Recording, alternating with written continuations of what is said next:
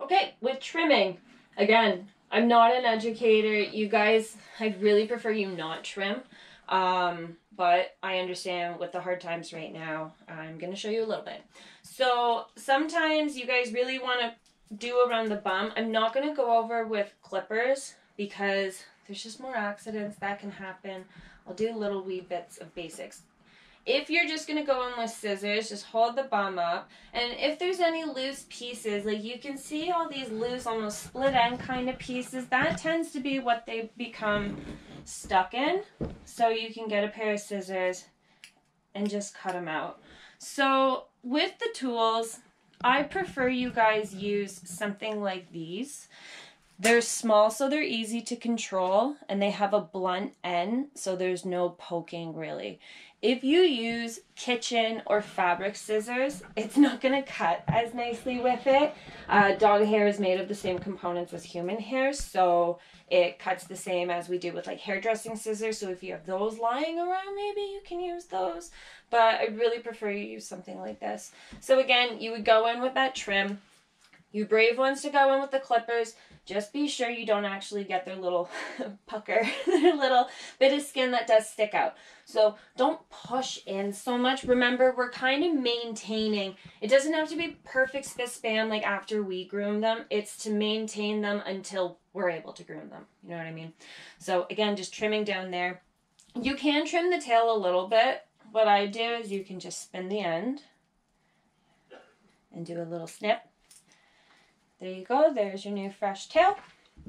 With the paws, you can see how long this hair is, and that's where mats can happen, and that's why I'm okay with you guys maybe wanting to trim a bit around here. Don't make it too tight to the leg. You are following the length of the leg here.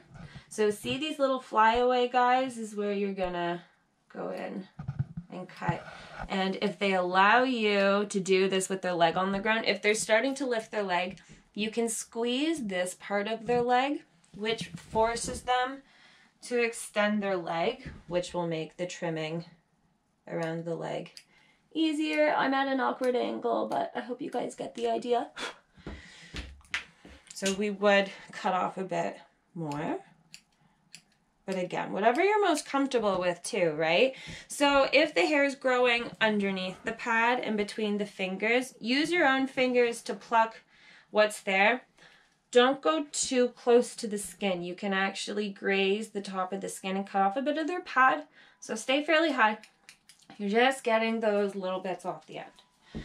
So with the face, this is the scariest part for me to tell you guys about because accidents can happen. Practice makes perfect kind of thing. So Spike's really fluffy.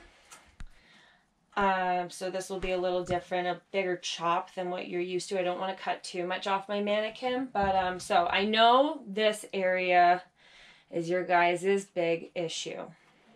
Now, what we usually do to get nice and close in here is we go in with clippers, but again, I don't want you to do that.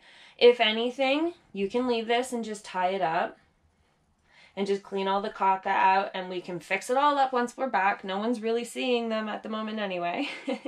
If it's growing up into their eyeball like this, again, just pull the hair a bit forward, and then you do a snip.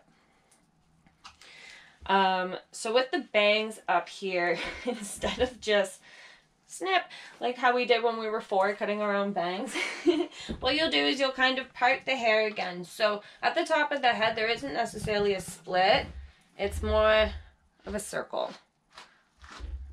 And you can kind of see the split starting there. And see this bang that's hanging over his face. And that's what you're going to trim. And you're doing a U kind of shape. You don't want to make it too blunt, but then that way you'll be happier with the length.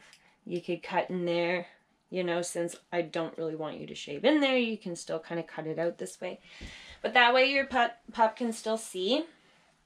With the mouth, you can literally just take all the hair down and snip. Now, I do that last because this is going to be a bit of a handle for you when you're working on the face. You can't just go in and be like, hello, with scissors. you want to hold them a bit. So you can gently hold the hair under their chin. And you know, if they do start to kind of fight, don't hold them there. Go with them a bit and tell them, it's cool, don't worry, chill out. Hopefully they will, and then you can do your job. Same with trimming under here. You can kind of hold like that and go in. Please stay away from the ears. They're really vascular, meaning that they bleed a lot if you nick them. We'll shave them if anything, right? It's not the end of the world, and it's really easy to do. Now, the last thing about trimming I don't want you to do is if you find a mat and you really want to go in and trim it, please don't pull the skin up, or sorry, the hair up, because it's pulling the skin up. So sometimes you think that, oh, there's the hair or the mat, and I'm just going to go in and snip it. You could actually hit their skin. So brushing is the best. In the other video, we talked about the dematters. Like a guy like this. And that'll help like work out your armpits or where those mats are hiding in that. So if you guys have any questions, please give me a call, do your own research, make sure you're super comfortable before you attempt this, okay? We'll see you soon.